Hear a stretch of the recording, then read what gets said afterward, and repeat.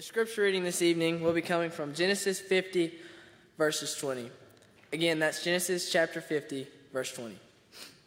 As for you, you meant evil against me, but God meant it for good, to bring it about that many people should be kept alive, as they are today.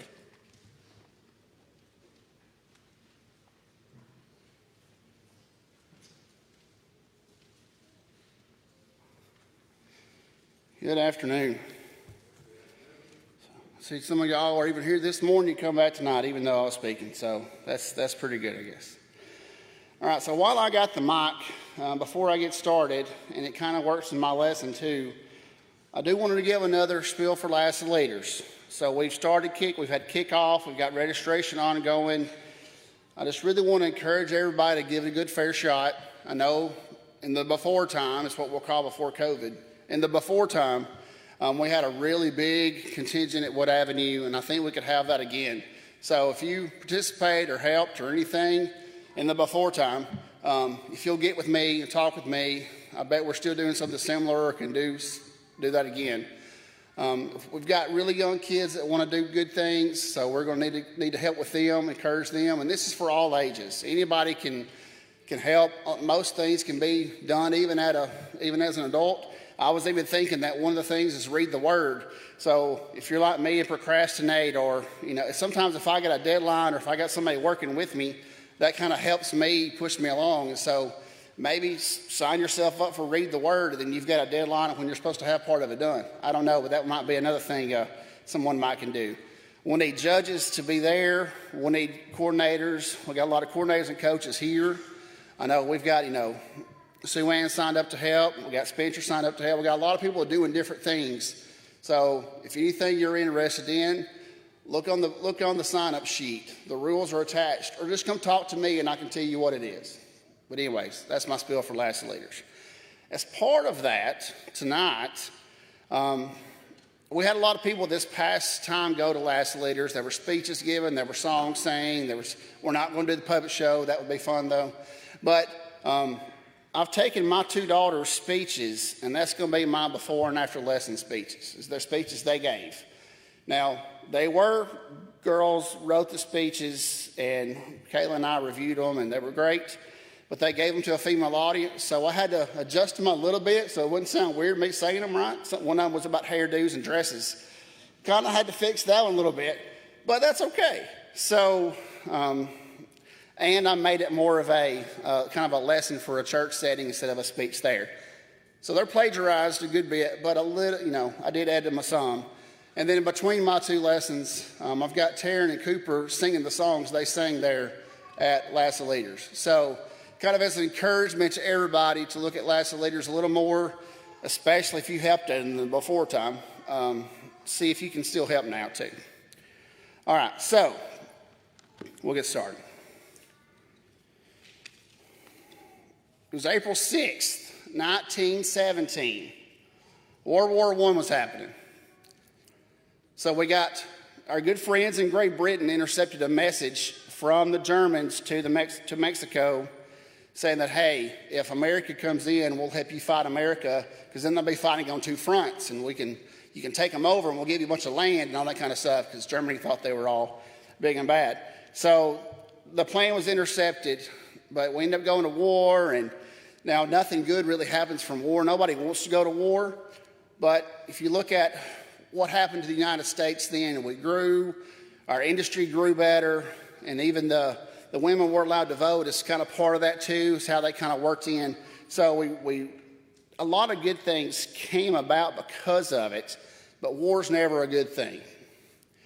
Now I want us to think about some times in the Bible when that similarly happened. Think about Esther.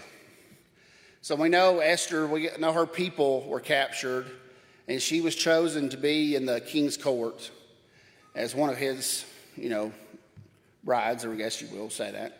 And so she was there, but her uncle Mordecai was out in the populace, and Haman was one of the king's men, and he was of the country that they were in. And Haman didn't like the Jews, and he really didn't like Mordecai. They had some run-ins, and he wouldn't bow down to him. And so they started being really ugly to the Jews and really bad. And Haman had a big, huge plan for Mordecai. He built gallows to hang Mordecai from. All kinds of bad things were going to happen. Mordecai came to Esther, and we all know a time such as this, that Mordecai said to her, hey, you might be put in this place so you can go help us out. And it may be a time such as this that you were put there. But I want to look at what Esther said. Let's look in Esther chapter 4. 16. Esther said back to Mordecai, she said, go gather all the Jews to be found in Susa and hold a fast on my behalf, and do not eat or drink for 3 days, night or day. I and my young women will also fast as you do. Then I will go to the king, though it is against the law, and if I perish, I perish. We'll come back to what she said in just a moment.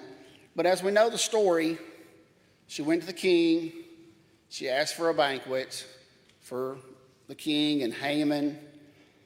And then while they're there, she's troubled. And then she tells the king what Haman's plans are. In front of there, and there's Mordecai there with them, and tells the king, and then bad things happen to Haman. Haman ends up being hung on the same gallows he prepared for Mordecai. The Jews were kind of allowed to defend themselves, and things get better. So that's one instance where things didn't look real good. People were suffering. And as we've been going through Job here at Wood Avenue, and we've been looking at different things, I think it was Lonnie Jones who made a big point that says, hey, you may be going through suffering, but don't limit God. No matter what's happening in your life, he can make it for good. And we'll come back to that point. That's kind of the central theme.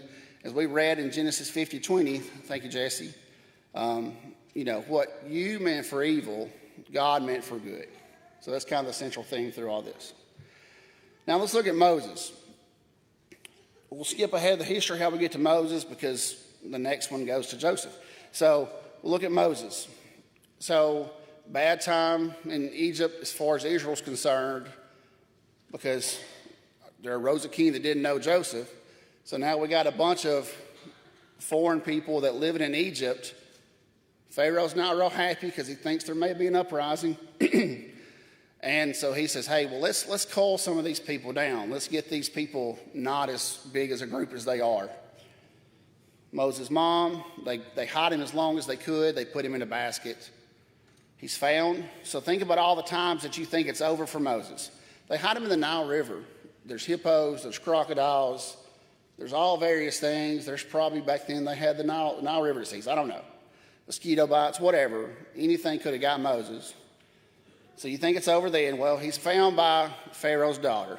Well, surely she's going to recognize this is one of the Hebrew children and kill him. Well, she recognizes it, but she doesn't kill him. So then, okay, well, then that's over. He's going to live and grow at Pharaoh's household. Well, now we find that his sister's there. Says, hey, let me go find you a Hebrew lady to nurse him and raise him. She says, that's a great idea. I'll even pay her. So that's looking up. Years later, he grows up and he sees one of the Hebrew people being, anyway, he kills one of the Egyptians because they're torturing some of the Hebrews. Well, that's not good. So now his life's over then, so he runs off. He has to run off. We don't hear from him for years in the Bible. It's a short amount of time, like we've been talking about in our class with Ricky. Short amount of time.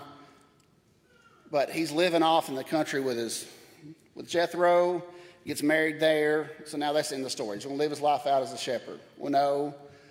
Burning bush, he comes back and all the plagues, right? So he ends up being the leader of the people out of Israel to go to the promised land they were promised. They weren't even supposed to be in Egypt for long term anyways.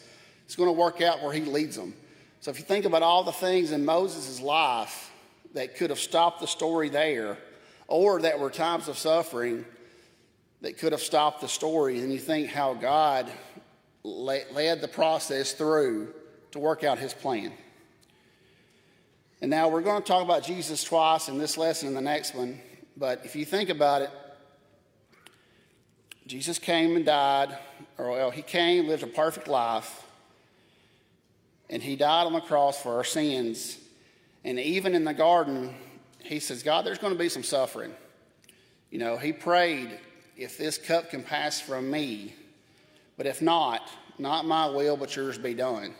So even through that suffering, even though the suffering that had to be handled, nobody wants suffering, but we need to realize that the suffering is not from God, but God can use it to further his plan, to further his glory. So as I finish my first lesson, just remember Genesis 50:20, even though it might have been meant for evil, God can mean it for good.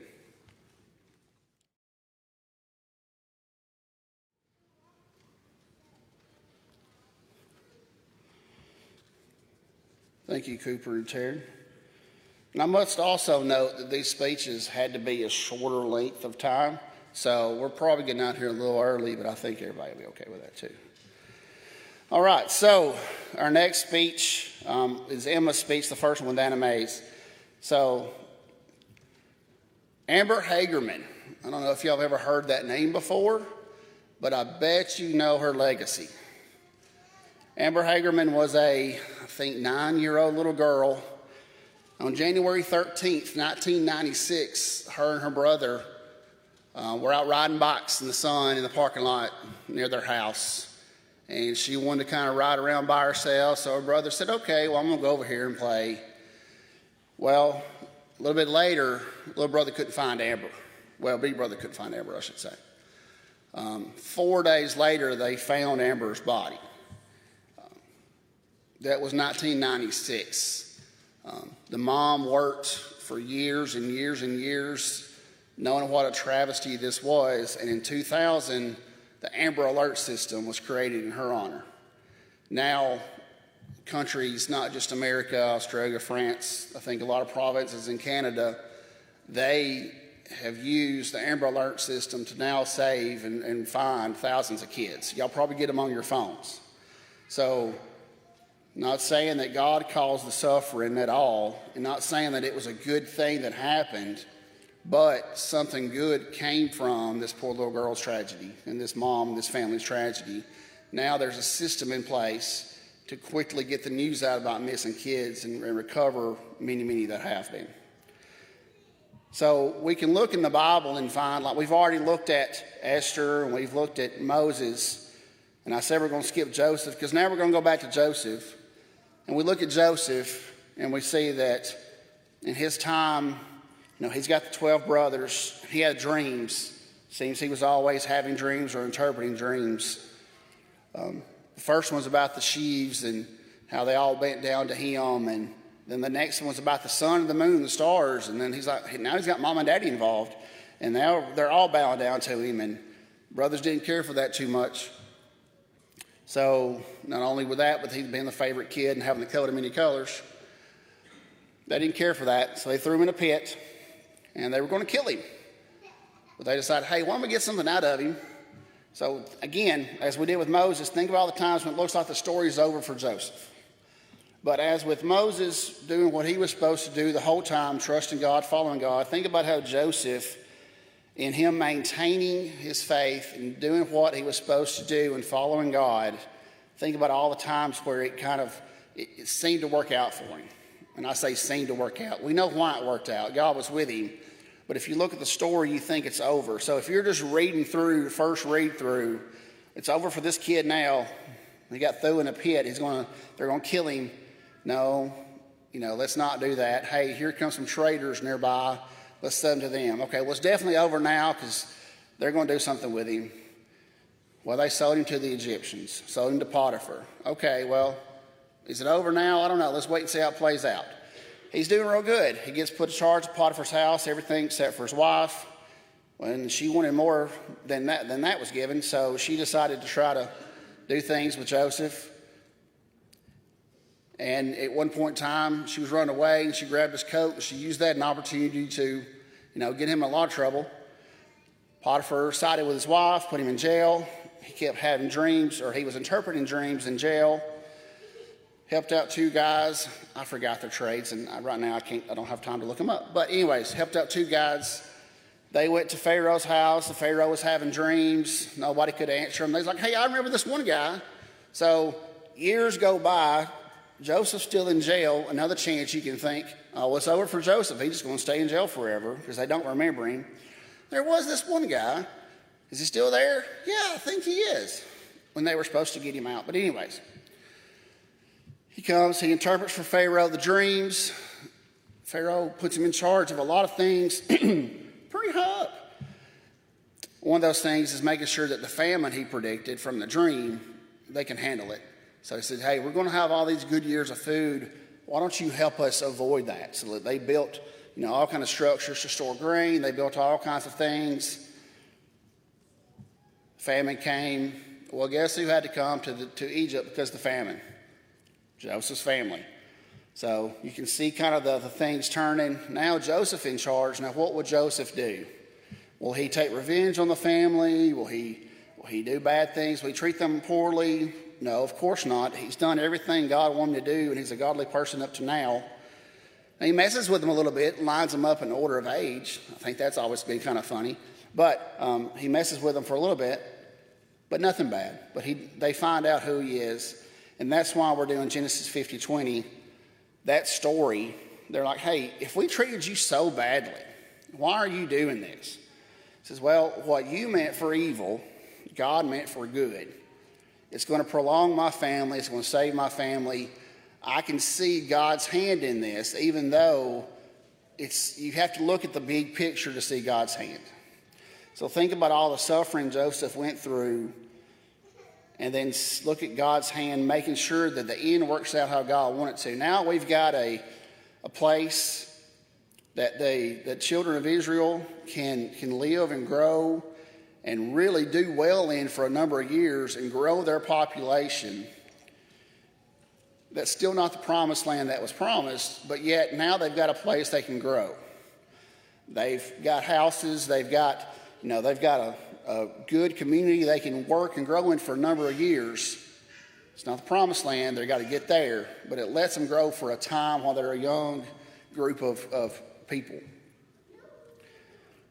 So think about how God worked through that to get them to that point, then refer back to the previous one, how Moses gets them to the promised land. But anyways, now think about, again, we'll look at the cross, how the cross looks like a tragedy, and on the surface it is. A good man, God, was killed by the same people he came to save. As we talked about this morning, he wished he could brood them under his wing like little chicks. He loved them, and he wanted them to do right. But they just kept not understanding why Jesus was there and what he was there to do. Ultimately, though, he had to die for our sins. So as we kind of get wrapped up here, think about God. I think we limit God's power a lot, even though in the Bible it tells us many times where we shouldn't. You look at James 2:19. We'll flip over there.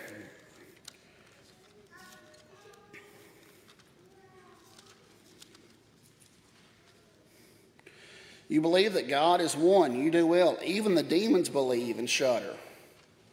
So we know, and we do that, but we know the demons even believe, and their power is limited by God. You can think about Job. We just went through a summer series in Job, and we talked about what the devil did or was allowed to do, and you see him going to God offering up Job, saying, hey, what do you think about my servant Job? And he says, you can go and do only these things. And he does those things.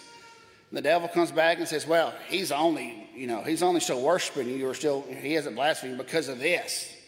Okay, well, you can do this, but you can't kill him. The devil was limited by God. And now if we look at, I think it's Romans 8:28. We know that for those who love God, all things work together for good, for those who are called according to his purpose. As we've seen, now again, let me say, a lot of these we talked about were tragedies. A lot of people died in the war. Nobody ever wants their kid to be, they found their body later. Nobody ever wants that. Terrible, horrible tragedies. A lot of people suffered. Look at the people that suffered with Esther and with Moses and with Joseph, and think about how God suffered. As Christ suffered. We don't want any suffering. But let's not limit God and say that he can't do something with that. I think we see that in Job, and we see that all through the Bible of even though you're going through times of suffering, whatever it may be. It may be you've lost a loved one. It may be you're struggling with some kind of sin. It may be you've been impacted by someone's sin on your life. It may be some kind of struggle you're going through, some suffering you're going through. Don't limit God and his power. Know that he loves you and he wants what's best for your life. If you're not a Christian tonight, know that he wants you to be a Christian. I don't care what you're going through, what suffering you're going through. I don't care. I do care, but what I mean by that is there's not anything greater that God can't overcome. You may have to work through some things as a result of the sin, but that doesn't mean it can't be washed away. That doesn't mean that you can't be forgiven and be added to God's church and enjoy the benefits of being in the church, such as a church family that loves you and wants to help you work through those things, whatever it may be. If you are a Christian and you need to come back, we can help you with that too. Or if you just need prayers, we'll gladly help you with that too. So if we can help you with anything tonight, please come as we stand and sing.